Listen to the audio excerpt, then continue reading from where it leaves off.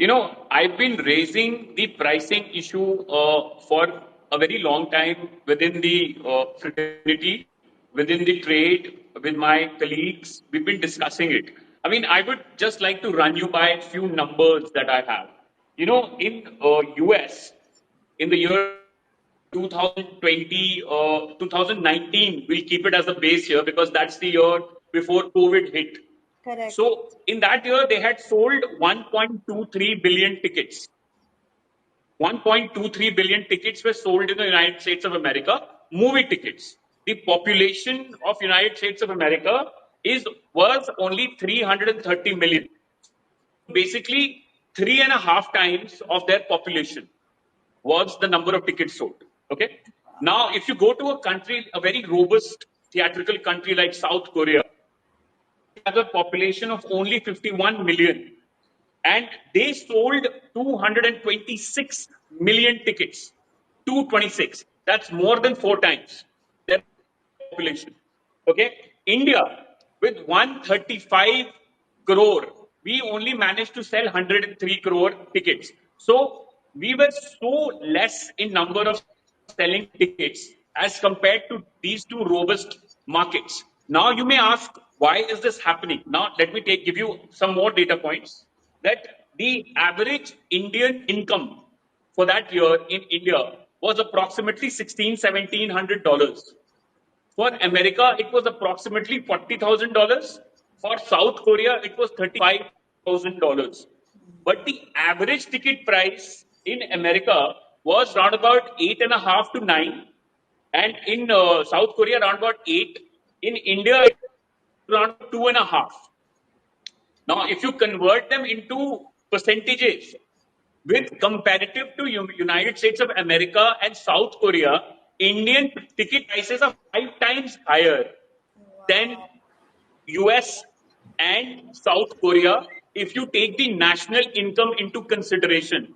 So ideally, our ticket prices should be around about 50 to 75 rupees if you look at it from the national income point of view. But obviously, that can't be done because the real estate in India is another great story in itself. And real estate in a country like India is one of the most expensive in the world.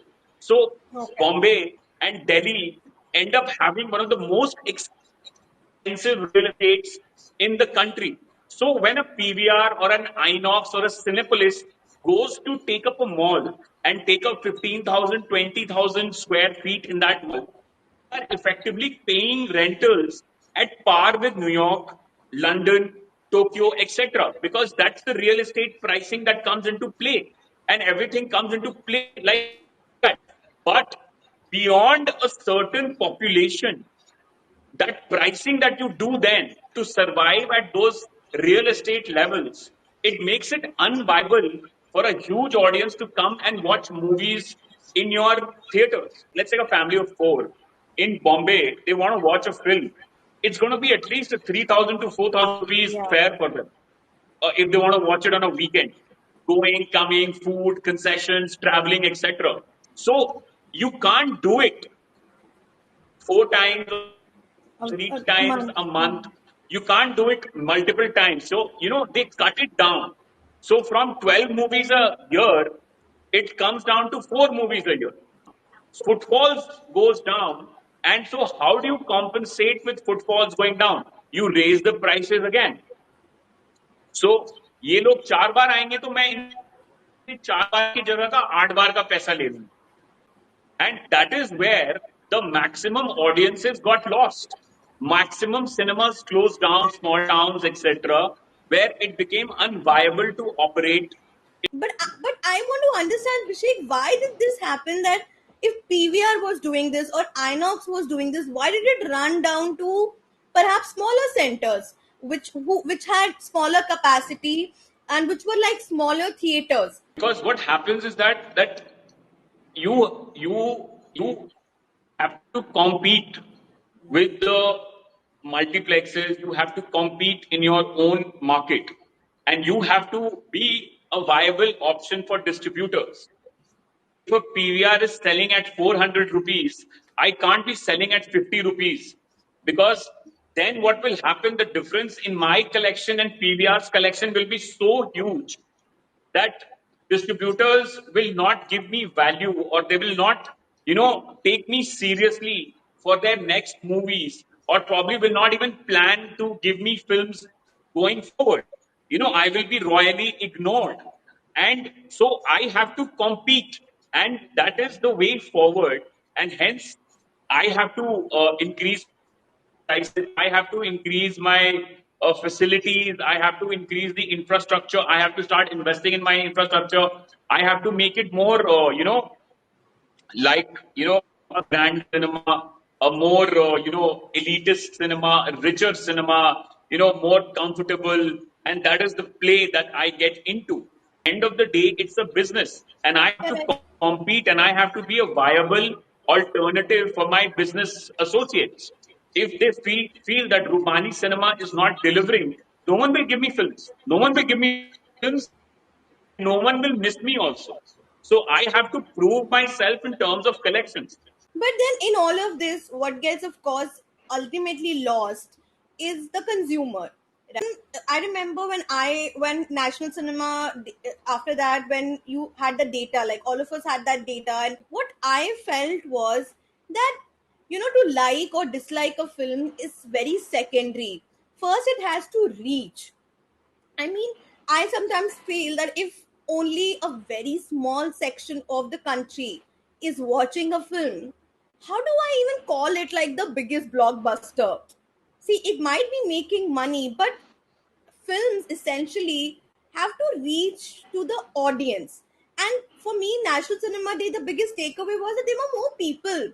Like maybe the older generation in a family, or the youngest, you know kid in the family is also now watching. They have more options to watch in a theater, because the man or the woman in the family can take their whole families to watch it. So, Vishik, I want to ask you, what do we really do in this case? Of course, not every film can be priced at the minimal rate, but going ahead, how do we make sure that first, actually, like, the target should be to have every family watch a film? How do we make sure that, or come close to it? Yeah. A couple of things have happened post COVID. Things that have probably set the ball rolling in motion is one of the things that has happened is that niche content is no longer working.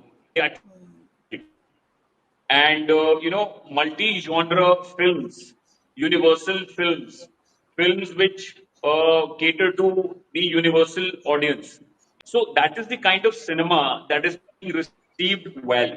Now, if you look at post-COVID film successes for Bollywood, they've had Suryavanshi as a success, they've had Gangubai as a moderate success, had Bhool Bhulaiya as a huge success. Now Brahmastra joins that league in terms of doing terrific collections, becoming the highest grosser post COVID for the Indian film industry. So what is common in all these four films? They are universal films. They speak the language of the common man. They have what you call as quintessential masala films. The kind of cinema that Bollywood was built upon. The kind of cinema that Bollywood, probably lost way over the last 5, 7, 8 years, 10 years, and stopped making. So that is the kind of feedback the audience is getting. When you say that South was doing very well, why was the South doing so well? Pushpa, Triple R, and KGF, three films. All three films, universal films. All three films, multi-genre filmmaking, action, comedy, romance, drama, and everything you can think of. Dialogue bazi, emotions, sentiments, everything that those films had. The second thing which has happened is that OTT platforms have gained a lot of acceptance. And OTT is now effectively the new mass medium, because India today has round about 70 crore smartphones, and 70 crore smartphones means 70 crore screens. And so you can't compete with that. No one can compete with that. 70 crore screens. And on the other hand, movie theaters, we are down to effectively six and a half thousand screens. 6.5 to 7,000 screens is what we are down to. So this has changed. So our market is not necessarily everyone in the country. We need to increase the footfalls. And for that, I think personally, what needs to be done, A, we need to have multi-tier theaters. We just can't say that everything has to be luxury. We have to. Abhi, what happens right now is either you have a very luxurious cinema hall, and on the contrary, you have a cinema hall which is absolutely not worth going to. So on the one hand, you have the PVR model where everything is plush, good looking, nice ambience, everything is perfect. And the other one is non-air conditioning, non smelly kind of cinema halls that no one wants to go to. I think what we need to do is standardize cinemas. A basic multiplex kind of experience should be minimum. And Correct. then we give it a lower pricing, like a 75 rupee or a 100 rupee, and encourage people to build more cinema like this. The government needs to play a role here too. Because I think one of the biggest, because at the end of the day, a cinema is a real estate play. Absolutely. And government needs to provide us with land. The government needs to provide the film industry with land. Now, China has 81,000 screens. Hmm. 81,000 screens. Wow. United States of America has 41,000 screens. India has only 6.5, 7,000 screens. So I think there is at least 15,000 screens can be added in India easily.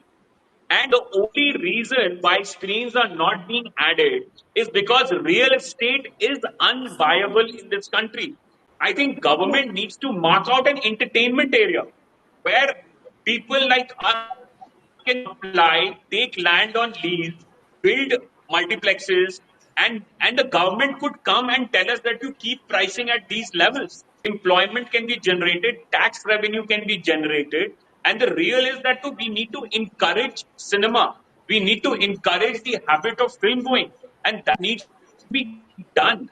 And I think government, the industry needs to come together, find a solution, and have different price points. I talk to any cinema owner, and he tell you that my land is worth 40 crores, 50 crores. If I could, if I make a commercial complex on this, now Vishek, I will easily make 20 lakh rupees a month. Yeah. So that is what I keep hearing from my colleagues. Whatever you're saying, like we speak about content, we speak about pricing, but the real root cause, what you are bringing here, is something I think it's lost from everyone. That how it has to also come from the government, that push. What's happening with Triple R, where Rajamouli is getting SS Rajamouli is getting standing ovations in the US. I think we need to build on that and look at the state of affairs in our own country. We are down from 16, 17,000 screens. We are down to 6,500 screens. And if it continues on the same trajectory, I think we will be pretty much down to 3,000, 4,000 screens. Whereas United States of America is 41,000 screens. A small country like South Korea has 3,200 screens. Small country, 51 million, I think 51 million population and 3,200 screens. India with 1.35 billion population, 1.35 billion population. We have only 6,500 screens. So the government of India, the state governments across India need to take us very seriously. It's just Hmm. not about movies, etc. It's your soft power. If I had to build a new theater in my hometown today, I would not build it. Period. Because real estate is out of the reach, and the kind of Hmm. returns a movie theater generates in this area, in this Bihar, it is unviable. The domestic market is sulking. the domestic market, the government needs to play a role and come out and help us. Cinema hall needs to be of a bare minimum standard, and Correct. then you reduce pricing as you go.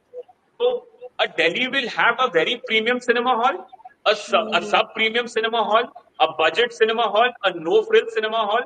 So we Wow. need to have multi-tier system. Here in the audience, Vishek, we have an interesting question. Somebody wants to, Pavan is an audience member here who wants to understand that he's saying that in Andhra and Telangana, there are more theaters than any other state in our country today. And today's movie, Godfather and Ghost, the ticket prices are very normal, like 200. But he said that the same film, perhaps, or a film of that same stature in Delhi or Mumbai would have like way more, higher prices. Why is that? And this is something I have observed and I've understood from a lot of other trade people also, that how do South really get the prices right? I mean, for Mani Ratnam film Ponniyin Selvan, the opening from Tamil Nadu itself was like, I think, 20 plus. Now, Hindi films struggle to get that across India. In August, I had the pleasure of going to Chennai. I had gone for the Cine Expo, which happens once a year, and I went to my friend's cinema. My friend owns a cinema in Chennai. It was close to the airport in a locality called Porur, and his cinema was air conditioned, Dolby Atmos, 4K, 2K laser projection. It was a fully loaded cinema. And then when I was about to leave his theater, I asked him, "Sir, how much have you priced your tickets?" So he tells me that, "Sir, it is only 120 rupees." So, and at 120 is less than what I am selling in Bihar. So I was shocked. So my next question was, sir, what is the occupancy you maintain throughout the year? He said very casually, sir, we do okay, we do round about 60% occupancy.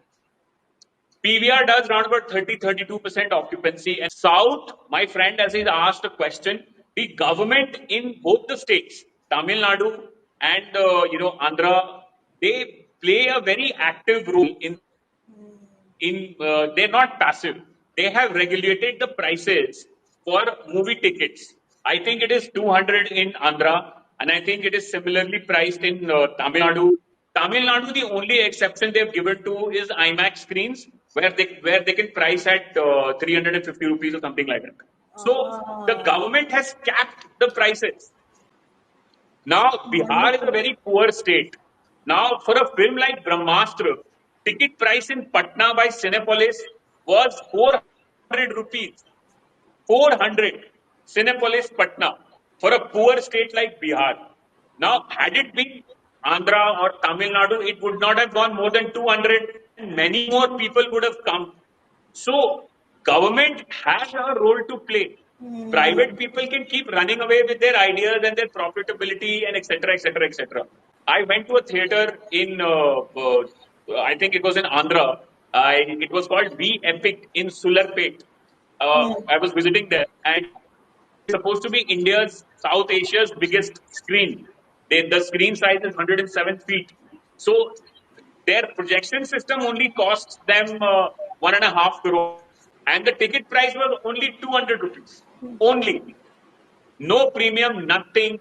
200 rupees, Sularpet, the biggest screen in South Asia, you can watch easily. And what was the kind of footfall they are getting? 50,000 people a month. Rather than North India, where I think in big towns, small towns, the block level cinemas have completely disappeared. They don't exist. They've closed down. They are no longer there. So government intervention becomes even more important in North India by governments of Bihar, UP, Punjab.